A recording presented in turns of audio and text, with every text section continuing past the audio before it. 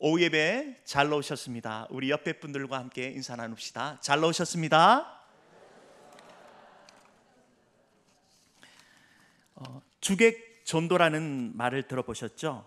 주인과 손의 처지가 바뀐다는 뜻으로 사물의 경중, 선우, 완급 따위가 서로 바뀜을 이루는 말이죠. 우리의 신앙도 자칫 잘못하면 이런 실수를 할 수 있습니다. 성도의 정체성을 잃어버리면 그렇죠. 오늘 말씀에 이스라엘이 그러한 잘못을 범합니다. 마치 고장난 시계처럼 엉뚱한 방향으로 흘러가죠. 하나님의 은혜도 모르고 자꾸 곁길로 가다 결국 망하죠. 성도가 가야 할 길은 정해져 있습니다. 하나님과 그분의 말씀이죠. 정도를 가야 가장 이상적입니다. 본문에 드러난 이스라엘의 지악을 고발하며 반면교사로 삼기를 원합니다. 먼저 1절에 유다왕 우시아와 요담과 아스와 히스기야 시대에 아모스의 아들 이사야가 유다와 예루살렘에 관하여 본 계시라. 구약 선지서의 첫 말씀인 이사야는 자신의 활동 시기를 밝히며 시작하죠. 그가 아모스의 아들 이사야임과 더불어 유다왕 우시아와 요담과 아스와 히스기야 시대에 활동했음을 알립니다. 그러나 실상 남유다의 10번째 왕 우시아 때부터 13대 왕 히스기야 통치 시기가 아닌 그의 아들 14대 왕 므낫세까지 그 말씀을 선포하고 있습니다. 그는 구약의 선지자들 가운데 가장 긴 기간인 60년 동안을 활동했습니다. 이사야는 이스라엘과 유다의 죄악성을 드러나게 하고 회개하고 촉구하며 하나님으로부터 임한 엄중한 심판을 예언하죠. 또한 하나님부터 도래할 구원과 회복의 메시지를 증가할 뿐만 아니라 구약의 어떤 선지자보다도 장차 오실 메시아에 대한 예언을 구체적으로 드러냅니다. 그래서 이사야서를 구약의 복음서라 부르죠. 이사야는 구원하다라는 동사와 여호와라는 단어가 결합되어 여호와께서 구원하시다는 그 신앙적 의미가 담겨 있습니다. 그의 부친인 아모스는 전승에 의하면 유다왕 아마시아의 형제, 친척으로 추정하고 있어 이사야는 왕족으로서 선지자로 하나님의 부르심을 받았습니다. 그가 활동했던 시기 남유다 왕의 이름이 구체적으로 소개되고 있습니다. 5명의 왕들 우시아, 요시아, 요담은 이 비교적 선정을 베푼 왕으로 분류되죠. 그리고 아스는 악한 왕으로 분류되는 반면 히스기야는 가장 선하고 신실한 왕으로 여겨졌습니다. 그러나 그의 아들 므낫세는 그야말로 최악의 왕이었습니다. 그의 통치 양력을 보면 당시 남유다의 형편이 심각하게 교차하는 상황이죠. 이러한 상황 속에서 부름을 받았지만 이사야 선지자는 급변하는 세상 가운데 한결같이 하나님 말씀을 성실하게 전했습니다. 그는 하나님 앞에 충성된 자로 살았고 자기 백성의 길, 바로 의의 길, 생명의 길로 이끈 신실한 사역자였습니다. 이처럼 성도는 언제나 하나님 앞에서의 삶을 잘 살아야죠. 각자의 자리에서 감당해야 할 사명이 있습니다. 시대를 분별하고 성실하게, 진실하게 감당해야죠. 이 땅에 남은 거룩한 거루터기로서 하나님의 영광을 드러내는 복음의 통로로 살아야 합니다. 이어서 2절에 하늘이여 들으라, 땅이여 귀를 기울이라. 여호와께서 말씀하시기를 내가 자식을 양육하였거늘 그들이 나를 거역하였도다. 이스라엘의 고발을 하고 있습니다. 이사야는 명령형 동사 2개를 사용하여 하늘과 땅을 향하여 듣고 귀를 기울여 그것을 요청하고 있습니다. 하늘과 땅을 창조하신 만군의 하나님께서 명하십니다. 언약에 신실하신 하나님께서 언약을 어기고 불순종하는 이스라엘 제약을 부각시키죠. 내가 자식을 양육하였거늘 하나님께서 이스라엘 자녀로 삼으시고 마치 부모가 장성할 때까지 필요한 모든 것을 공급해 주시고 돌봐주신 은혜를 말씀하시죠. 실제로 이스라엘은 하나님의 유업인 가나안 땅을 비롯해 모든 영적 특권을 다 상속받아 누렸습니다. 하나님께서 이스라엘 부르실 때 애굽이라는 강대국의 노예로 비참한 신세였죠. 그들에게 국가도 지도자도 물질적 풍요로움도 자유도 없었지만 하나님께서 그들을 긍휼히 여기시고 전적인 은혜로 그를 자녀 삼아 주셨습니다. 그들에게 자유를 주셨고 그들이 거할 땅과 그들이 이끌 지도자, 그들의 삶의 규범도 주셨고 물질적 풍요로움과 군사적 능력까지 갖추게 하셨죠. 다윗과 솔로몬 시대에 이르러서는 가히 긍동의 가장 영향력 있는 왕국의 반열에 이르기도 했습니다. 그러나 이스라엘은 이러한 엄청난 은혜도 불구하고 하나님을 등지죠. 그들이 나를 거역하였도다.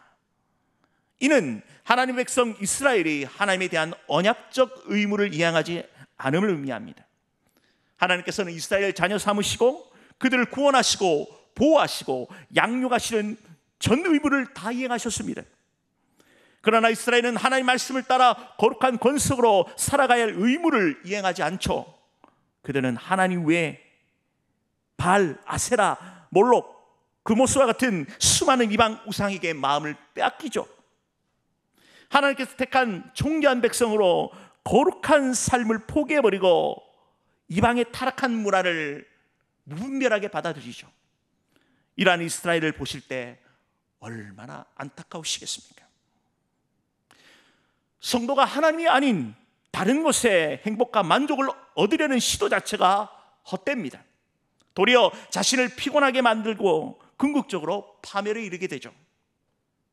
하나님과 상관없는 그 어떤 것도 참 만족과 행복을 누릴 수 없었죠.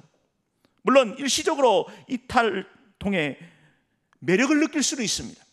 하지만 궁극적으로 이러한 죄와 허물로 더 깊은 늪에 빠지게 되는 것입니다.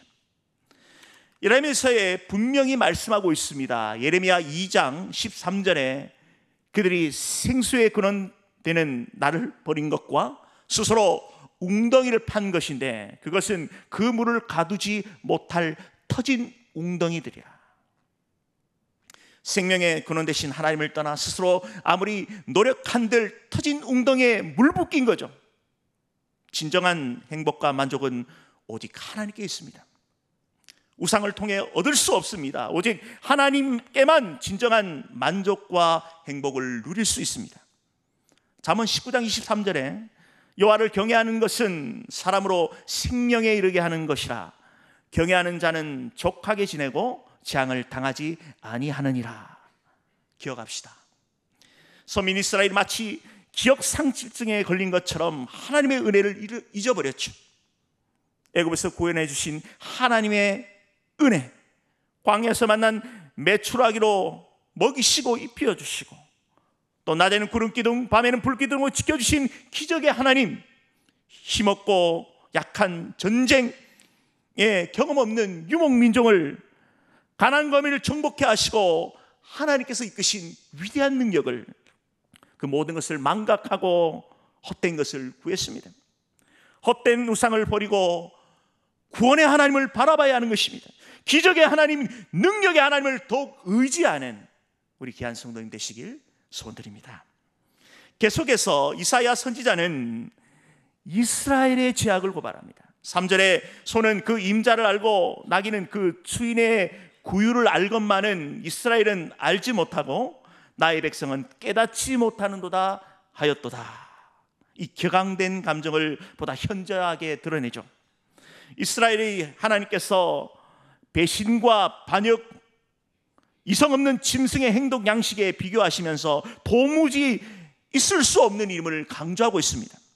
소와 나귀는 비록 짐승에 불과하나 그 주인의 배반하는 일이 없는 충직한 면모를 가지고 있죠. 그러나 이스라엘은 그의 아버지가 되셔서 그들을 양육하신 그 자비로우신 그 하나님을 등진 겁니다. 여기서 깨닫다, 식별하다, 분별하다, 지각하다라는 의미로 매우 신중한 각성을 의미하는 것입니다. 이 단어가 강한 부정어 로와 함께 쓰여 이스라엘이 하나님의 사랑이 어떠한지 주의 깊게 생각해 본 적이 없다는 것입니다.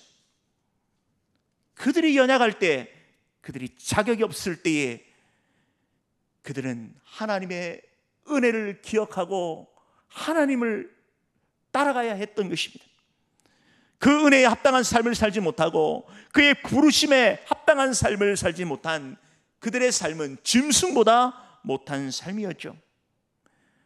하나님께서 우리를 구원하신 구원의 은혜, 그 거룩한 백성으로 삼기 위한 것입니다. 하나님이 거룩하신 것처럼 이스라엘 백성도 거룩해야 하는 것이죠. 거룩한 백성이란 구별된 백성입니다. 하나님은 이스라엘이 애국과 다른 가나안 족속들과 구별된 삶을 살아갈 것을 원하셨죠. 이스라엘 백성은 하나님 백성으로서의 율법을 지키고 하나님께서 주신 그 10가지 계명을 지키는 것만큼 그들은 거룩해질 수 있었습니다. 하나님은 우리가 거룩하여 구원하신 것이 아니라 우리를 거룩한 사람으로 만드시기 위해 우리를 구원하셨습니다. 성도는 불신자처럼 구별된 삶을 살아야 하는 것입니다. 구별된 삶을 위해 우리는 어떤 삶을 살아야 하는 것입니까?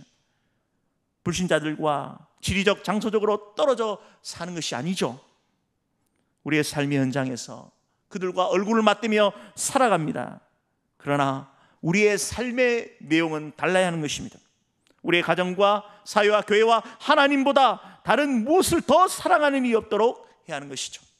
오직 하나님이 우리에게 자유를 주시는 분으로 거룩한 백성으로 살아내야 하는 것입니다. 성경은 망하는 길과 흥하는 길을 소개하고 있습니다. 주님을 내 인생의 주인과 왕으로 모시고 말씀에 순종하면 흥하는 길이죠. 반대로 불순종하면 망하는 길입니다. 선명한 신앙의 원리죠. 신앙의 중심 이동에 벗어나 자기 마음대로 식의 삶이 결국 죄악의 나락으로 떨어지는 것입니다.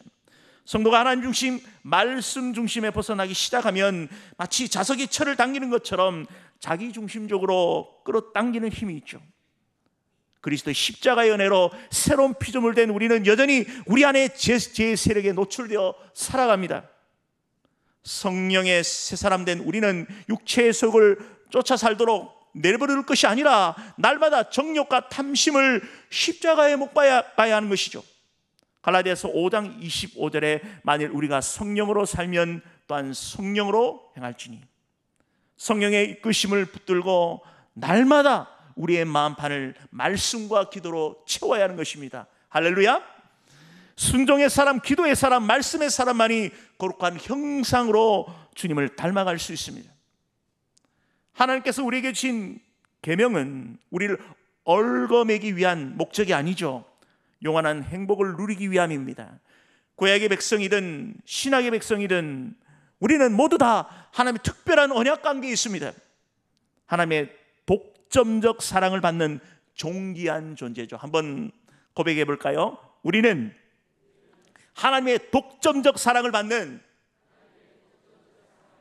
존귀한 존재다. 하나님의 독점적인 사랑을 차지하는 저와 여러분의 삶이 어때야 되겠습니까? 오직 그리스도와의 관계 속에서 구속의 은혜를 드러내는 믿음의 삶을 살아내야 되죠. 매일의 삶의 내용이 세상과 구별된 거룩한 삶을 삽시다. 이어서 4절에 이사야 선지자는 자신의 안타까운 심정을 토하면서 하나님을 배반한 이스라엘의 폐역함에 대한 자신의 견해를 밝히죠. 슬프다 범죄한 나라여, 허물진 백성이여, 행악의 종자여, 행위가 부패한 자식이로다. 그들이 여호와를 버리면 이스라엘 거룩하신 이를 만홀히 여겨 멀리하고 물러가도다. 하나님께서는 이스라엘 제사장 나라와 거룩한 백성으로 삼기 위해 선택하셨습니다. 출애굽기 19장 16절에 너희가 내게 대하여 제사장 나라가 되며 거룩한 백성이 되리라. 그러나 이들의 모습은 범죄한 나라여 허물진 백성의 모습이죠. 여기서 범죄한 원형은 이 하살이 맞춰져야 할 관역에 비껴나는 것을 의미합니다. 성도는 어떤 경우에도 믿음의 길을 떠나서는 안 됩니다. 말씀의 테두리 안에 벗어나는 순간 우리는 미혹되어 재짓게 되는 것이죠. 육신의 정욕과 안목의 정욕과 이생의 자랑에 넘어지는 것입니다. 중요한 것은 빠른 회복이죠. 늦으면 늦을수록 신앙의 회복도 늦어집니다. 우리가 늘 과거에 안주해서는 안 됩니다. 주님을 바라봐야 하는 것이죠. 주님께로 나아가야 하는 것입니다. 호사 6장 1절에 말씀하고 있습니다. 오라 우리가 여호와께로 돌아가자.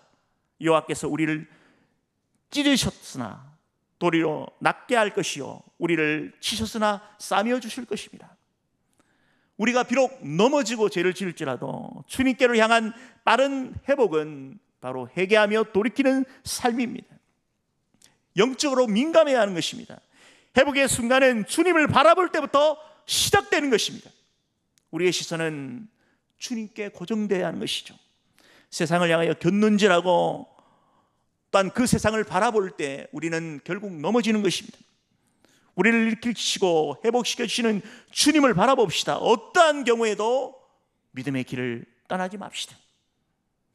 하나님은 언약에 신실하신 분이십니다. 어제도 오늘도 영원토록 변함없으신 하나님이십니다. 택하신 백성을 사랑해 주시고 그 은혜의 그 사랑의 수레바퀴는 절대 멈추지 않으시죠. 마치 탕자가 아버지 뜻을 어기고 집을 뛰쳐나갔을 정 아버지는 그 아들을 잊지 않았습니다. 먼 발치에서 아들이 언제 오나 기다리고 계셨죠. 우리를 향한 하나님의 사랑은 포기하지 않으십니다. 하나님의 변함없는 사랑과 그 사랑을 받은 우리의 삶이 어떠해야 합니까? 늘 묵상하며 그 삶을 추억하며 사는 우리의 성도의 삶을 살아내야 하는 것입니다. 어떤 경우에도 하나님의 그 신실하심을 바라봐야 하는 것이죠.